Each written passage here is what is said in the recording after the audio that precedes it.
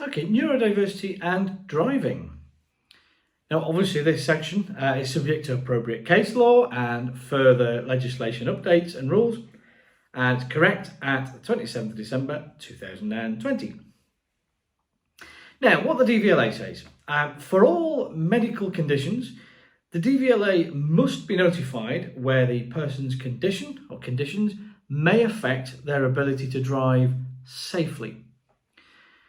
Now, additionally, where the doctor has said that a person must give up their driving licence for 3 months or more, the DVLA must also be notified. Doesn't mean that the licence will be removed, it's just you must notify them. Now, there are special rules for commercial vehicles and drivers, but they're not discussed here. People may drive with a neurodivergent condition if their doctor says they're safe to do so. Some conditions affect not the safe manoeuvring of the vehicle or the processing of fast changing of data, but actually affects the reaction to incidents and vehicles around the neurodivergent person. Of course, it's quite easy in some cases to become overwhelmed in that environment.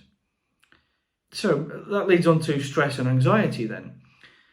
Driving is not as pleasurable, especially for me, and a lot of people say so, as it was many years ago, because there are now a lot more vehicles. And driving too is also, I think, a lot more aggressive than the previous years of give way and be helpful.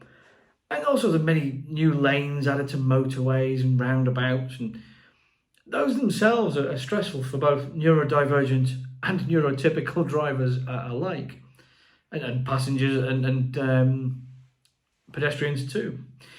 Now, a person, for example, with ADHD has an impulsivity that's not under self-control. And so, depending where your values are, will take greater risks, such as overtaking, but not always. When it comes to sensory overload, briefly touched on it, when a person is experiencing a sensory overload, it's then that as a driver, they unwillingly, and not under self-control, become a dangerous driver. It's flight or fight mode kicks in, and so the driver will try to get out of a stressful situation very quickly.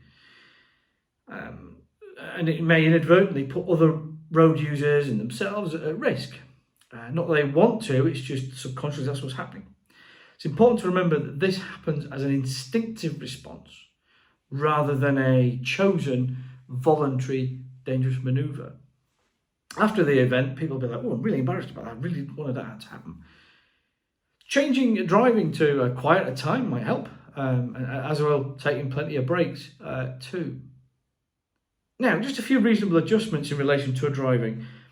If your colleague needs to drive to work, for example, allow them to claim the Access to Work funding scheme, which will help sometimes fund a taxi. Also allow them to travel at a day that's suitable to them, whether it be public transport or driving, especially for work and interviews and things.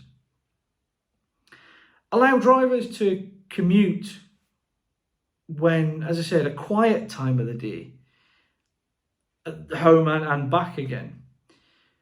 Make sure that if you do have drivers at work who are neurodiverse, make sure they're not overstretched and overwhelmed. Make sure they have plenty of breaks.